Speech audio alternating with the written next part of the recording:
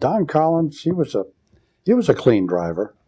I used to watch him, but of course my favorite was Bill Slater. He was a very, well, you couldn't miss him. I mean, he could get mad very easily. He could get upset very easily. He was a very rugged guy, and he didn't take any slack from anybody. I mean, that was him. Wild Bill Slater, and he was wild. He would bump and push and grind, and he was the one I put in the starter's box. And I was winning a lot of main events, and I was asked to maybe come in second. So I was taking it easy through the crowd, called the hip show, is what they call that, where you choose where you want to be and not you come in second or third. And off the top of the track came Wild Bill Slater into the side of my car. Right in front of the grandstand, the number 76 with Bill Slater up and over as he throws the wheel right in front of the grandstand, but it looks like he's all right. He's trying to shake himself loose with that safety belt now. He'll be all right. Yes, sir. How about that action right in front of the grandstand? Bill Slater throws the wheel.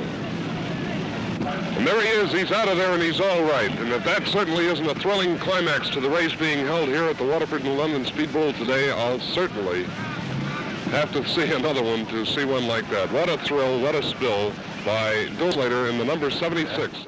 And the whole stand stood up and booed me.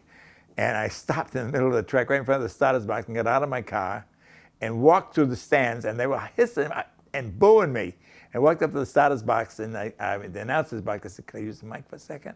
I said, "Look, if you think Bill Slater should have won the race, give him the money. But just give me a quarter to get back over the bridge." They went, "Yay, best sport of the year." Slater and I later became such close friends that he is the godfather of my daughter. But back then, I had no use for him. They were just so successful.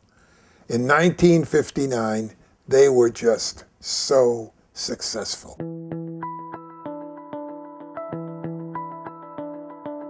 Bill Slater was real successful when he teamed up with the Connecticut Valley Rocket.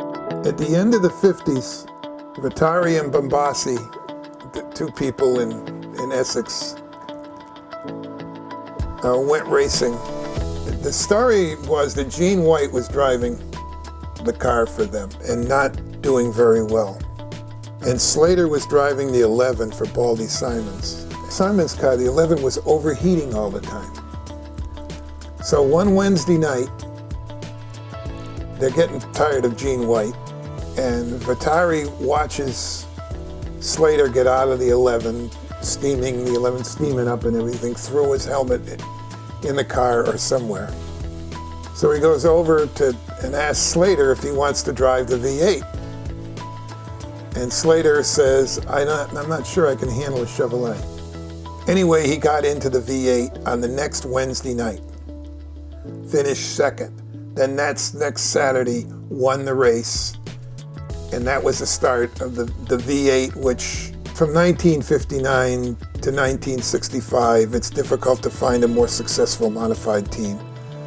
And I can remember Bill Slater's car, the hood, they lowered the hood down, so the hood went down at a 45-degree angle, and I thought that was the neatest looking car. They had a real good race car. They were kind of ahead of everybody at the time, because they were one of the first ones to come out with the V8 Chevys. And then they left.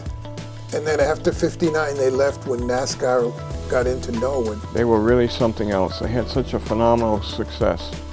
Owners were kind of ticked off at him for leaving, but he ended up bettering himself. They went to Norwood, and Collins drove the V8 and won the championship,